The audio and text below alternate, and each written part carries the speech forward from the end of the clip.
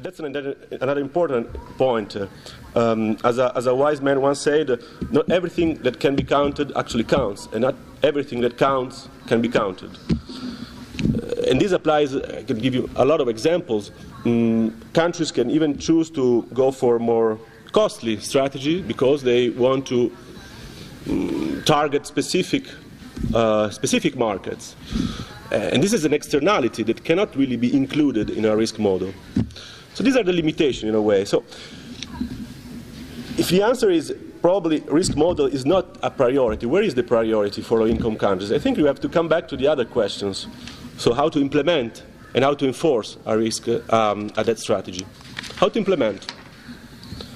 Here we find the main gap between low-income and high-income countries. Why? Because we have seen the experience of Sweden and Turkey. They have a vast range of instruments, maturity, currency, markets, and they can use liability management operations, from buyback to switches to derivatives, while low-income countries have a lot of constraints in that sense. Mainly, they have to rely on project loans. The domestic market are still quite weak or not liquid or even captive. And even the international markets are kind of difficult to approach. Let me open a parenthesis on this because we had a lot of discussion during these 2 days about the successful first-time issuance by several countries. It's true, it's a fact. It's calculated that $8 billion have been raised by African countries, by first-time issuer African countries. So, and that's really important. But it seems to me that the real issue is not tapping for the first time international markets, particularly when times are so favorable.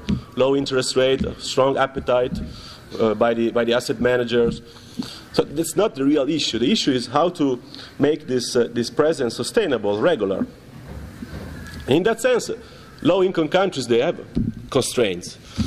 They have constraints even in the preparation of the issuance. I mean, they have to issue in dollar, they have to issue with the bullet repayment because that's what the investor asks. Even the size, in a way, is determined by the market because they have to issue at least $500 million to be included in the JP Morgan index, so that they get visibility, they get liquidity. That's fine, but in the end, it means that they are not really in the driving seat. And that can be dangerous, not only in terms of refinancing risk. Now, $500 to be paid one bullet is a lot for some countries, but also in terms of using this money. Some countries may have problems in absorbing this kind of amount requested by the markets. So this is probably a more significant gap. And a gap can be found also in the third point, how to enforce the implementation of that strategy. Here again, we have DMOs in high-income countries that have clear mandate to design, to implement the strategy, while in LICs, strategy often they are not adopted. They are drafted by the DMO, but not really presented to the Parliament. 2 years ago, at this conference, we launched a survey on 36 low and middle-income countries. And we asked them, well, do you have a debt strategy? More than 50% of the countries say no. Do you have a legal obligation to publish this strategy, in the case you have one? Well, less than 20% said yes. So that's a fact. That's a real problem. So let me just go to the conclusion. DMOs tend to focus on risk models.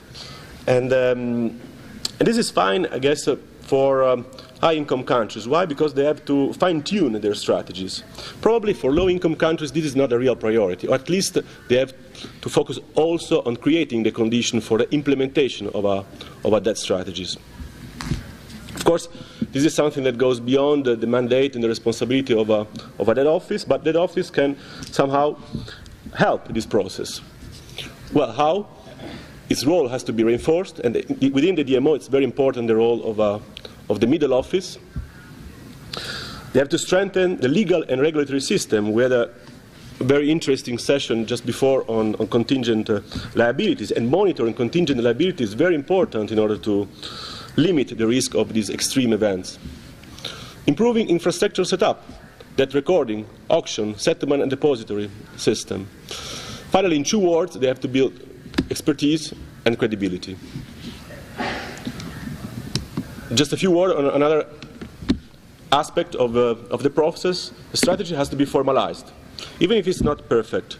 Why? Because it improves transparency, improves accountability, reduces the risk of short-term fiscal adjustment that too often happen in many countries, and allow coordination among different departments.